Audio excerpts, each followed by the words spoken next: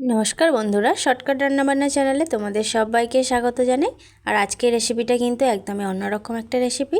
I hope তোমাদের আজকের রেসিপিটা খুবই ভালো লাগবে। তো প্রথমে দেখো, আমি নিয়েছি 1 বাটি সাবু, আর আজকের রেসিপিটা হলো সাবুর পরোটা। ফার্স্ট আমি নিয়েছি 1 বাটি সাবু, আর এই সাবুগুলোকে প্রথমে আমি কড়াইয়ের মধ্যে নিয়ে 2-3 মিনিট ধরে একটু নাড়িয়ে নেব। কিছুক্ষণ নাড়ানোর পরে আমি ঢেলে নিয়েছি, আর এটাকে এখন আমি একটু ঠান্ডা করে নেব। কড়াইতে নাড়ার সময় কিন্তু আমি তার মধ্যে কিছুই দিইনি, শুধুমাত্র সাবুগুলো দিয়ে শুকনো কড়াইতে নেড়েছিলাম। এবার ঠান্ডা হয়ে যাওয়ার পর মিক্সিং বোলে দিয়ে ভালো করে পেস্ট করে নিলাম। পেস্টটা কিন্তু একদম ময়দার মতোই হবে, একদমই প্লেন হবে, কোনো কিছু কিন্তু এর মধ্যে থাকবে না। এবার আমি একটা বাটির মধ্যে সাবুর পেস্টগুলোকে ঢেলে দিলাম। আর যে বাটি মেপে আমি 1 বাটি সাবু নিয়েছিলাম, সেই 1 বাটি ময়দা আমি এর মধ্যে অ্যাড করলাম। এবার আমি এর মধ্যে দিলাম কিছুটা মৌরি, আর দিলাম লবণ, আর একটা কাঁচা লঙ্কাকে ছোট ছোট করে কুচি কুচি করে কেটে নিলাম, আর দিলাম 1/2 টিস্পুন গোলমরিচের গুঁড়ো, আর দিলাম 1 টিস্পুন ঘি। এবার সব কিছুকে ভালো করে হাতের সাহায্যে মিক্সড করে নিলাম, দিয়ে অল্প অল্প করে জল দিয়ে দিয়ে এই ডোটাকে কিন্তু মেখে নিতে হবে। সব কিছুকে ভালো করে কিন্তু মাখতে হবে। আর যেহেতু এটাতে সাবু আছে, তাই কিন্তু অনেকটা জল টানবে, তাই অল্প অল্প করে জল দিয়ে দিয়ে বারবার করে মাখবে। একেবারে অনেকটা জলও ঢেলে দেবে না, তাহলে কিন্তু পাতলা হয়ে যাওয়ার সম্ভাবনা থাকে।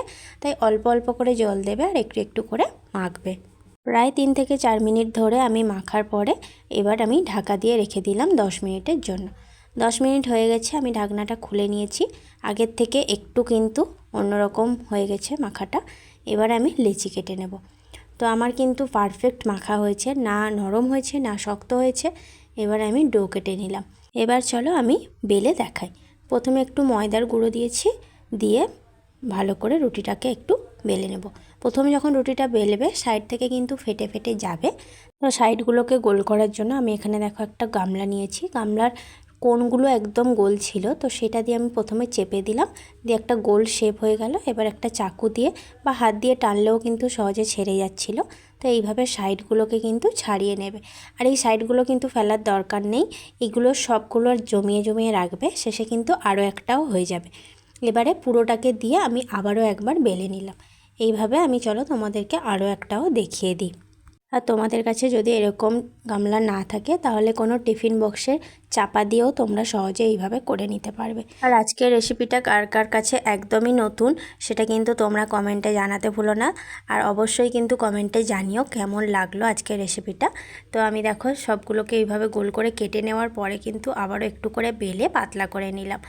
এরপরে চলো ভেজে দেখাই তোমাদেরকে। তাওয়াটা গরম হওয়ার পর আমি একটা পরোটা দিয়ে দিলাম, দিয়ে এদিক ওদিক করে একটু ভেজে নেব লাল লাল করে।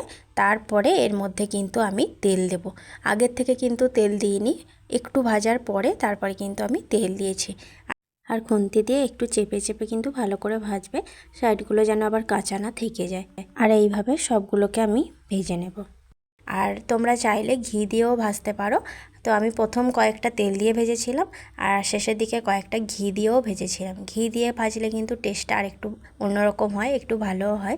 তো আমি ঘি দিয়ে এবং তেল দিয়ে দুটোভাবেই ভেজেছি, তোমরাও দুটোভাবে ভেজো, তাহলে দুটোর ডিফারেন্টটা বুঝতে পারবে।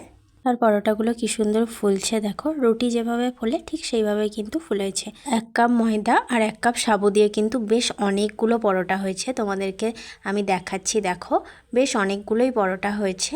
আর আটা ময়দার পরোটা তো আমরা হামেশাই খেয়ে থাকি, কিন্তু এই পরোটাটা একদমই অন্যরকম একটা স্বাদও। তো এই রেসিপিটা অবশ্যই বাড়িতে কিন্তু একবার হলেও ট্রাই করো। আর কতটা নরম হয়েছে দেখো, ইজিলি কতটা মুড়ে যাচ্ছে। আজ তবে আসি, দেখা হচ্ছে নতুন একটা রেসিপি নিয়ে। আর আজকে কেমন লাগলো অবশ্যই কমেন্টে জানিয়ে।